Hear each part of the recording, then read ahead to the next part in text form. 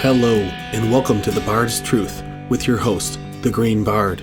This is episode 6-9 of the Direwolves of Winterfell, Ghost's Howl, Jon's Dream, covering Jon's first wolf dream inside Ghost. It's a lot to analyze, too much really. A Clash of Kings, Jon 7. Like many chapters, this one starts with Ghost shadowing Jon. Ghost is also restless, perhaps sensing the growing danger from the wildlings. It's also possible that he senses something else watching. Children of the forest? Shadow cats? Who knows? We'll pick up that thread toward the end of the chapter. Ghost also doesn't seem to be having any luck hunting, as Jon has to later share his rations with him. Note in the second paragraph that follows that Qhorin mentions how black cloaks will help hide the brothers blend into the shadows. Truth, except for Ghost. The contradiction here makes me again think that Ghost is a big part of Qhorin's goals on the mission.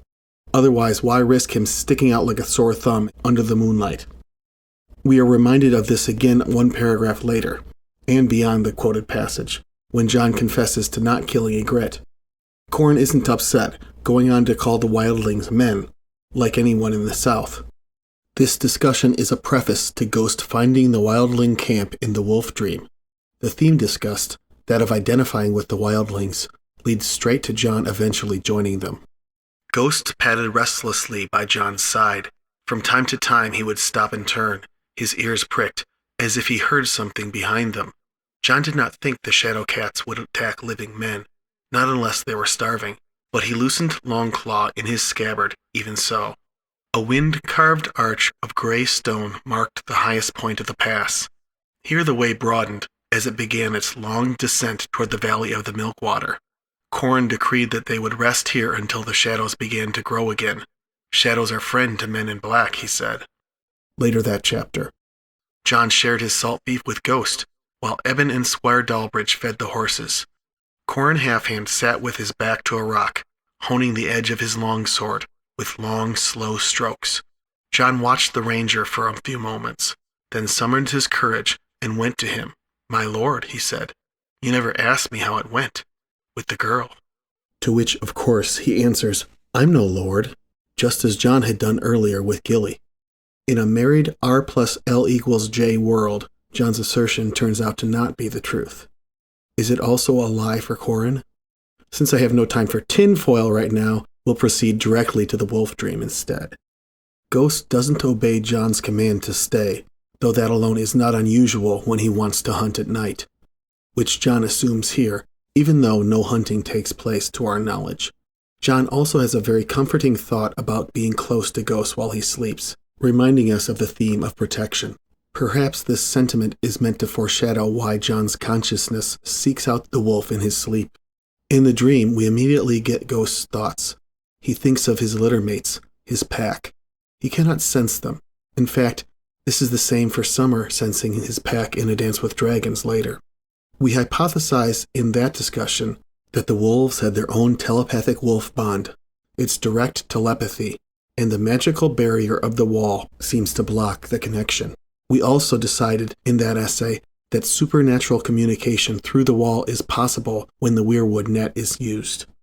The thought of pack is a very wolfish thought, but in a way it is also mirroring Jon's own tie to his brothers and sisters.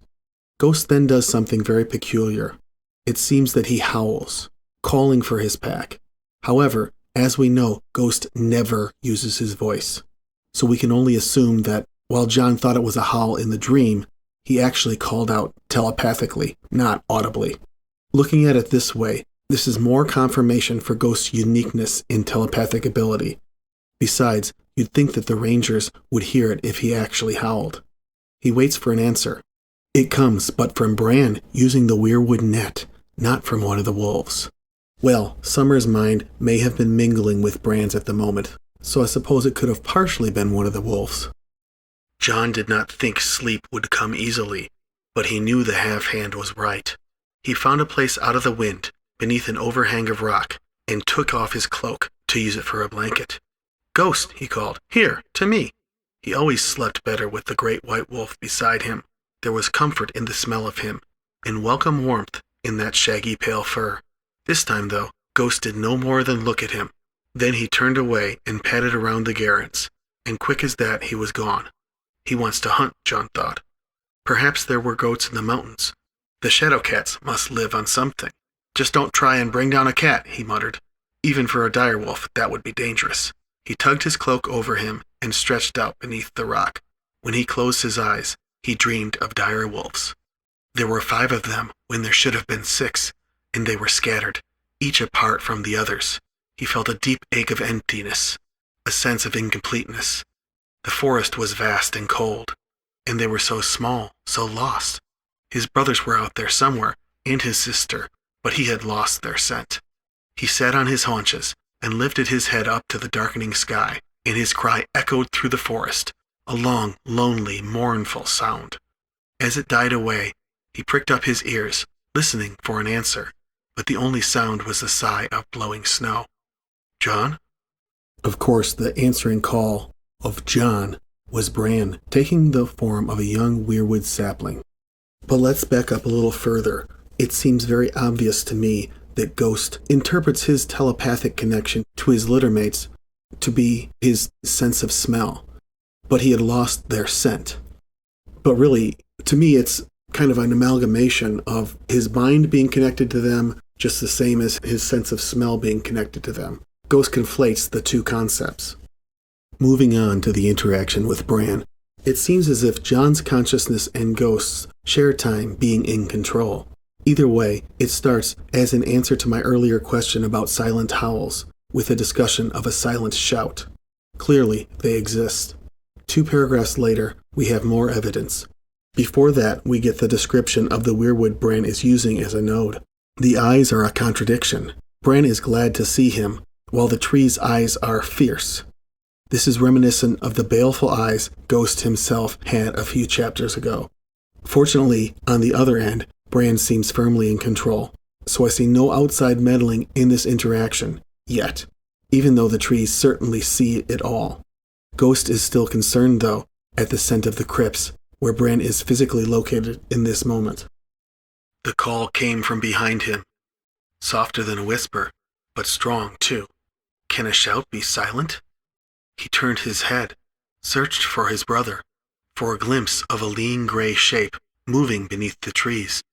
But there was nothing, only a weirwood.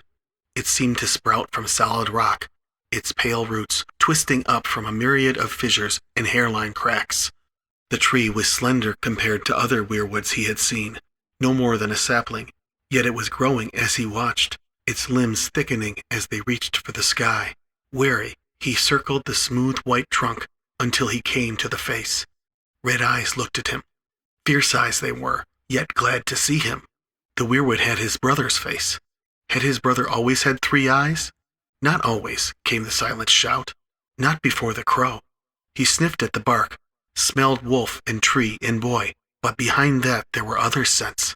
The rich brown smell of warm earth, and the hard gray smell of stone, and something else, something terrible. Death, he knew. He was smelling death. He cringed back, his hair bristling, and bared his fangs.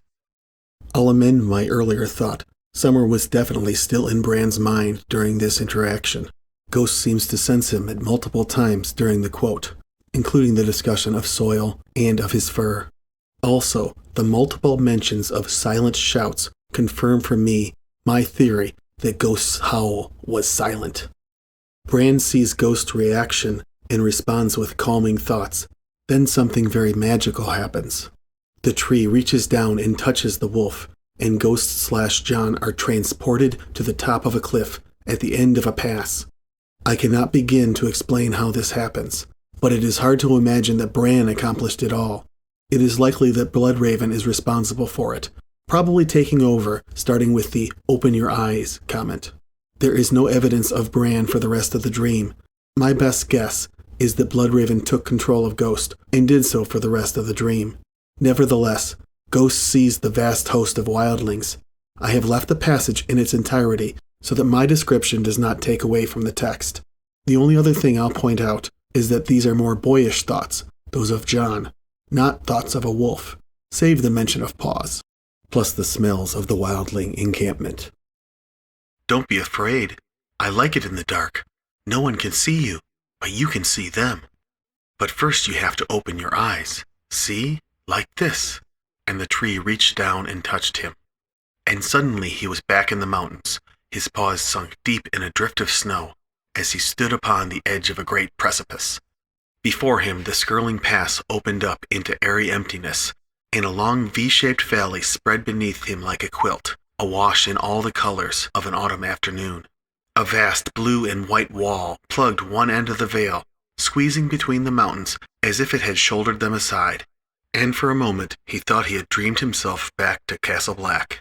Then he realized he was looking at a river of ice, several thousand feet high.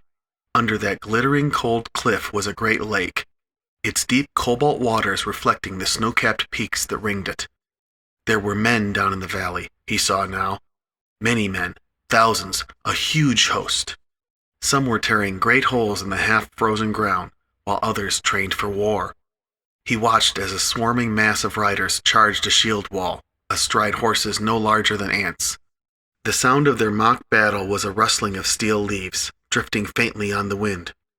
Their encampment had no plan to it. He saw no ditches, no sharpened stakes, no neat rows of horse lines. Everywhere crude earthen shelters and hide tents sprouted haphazardly, like a pox on the face of the earth. He spied untidy mounds of hay, smelled goats and sheep, horses and pigs, dogs in great profusion. Tendrils of dark smoke rose from 1,000 cook fires.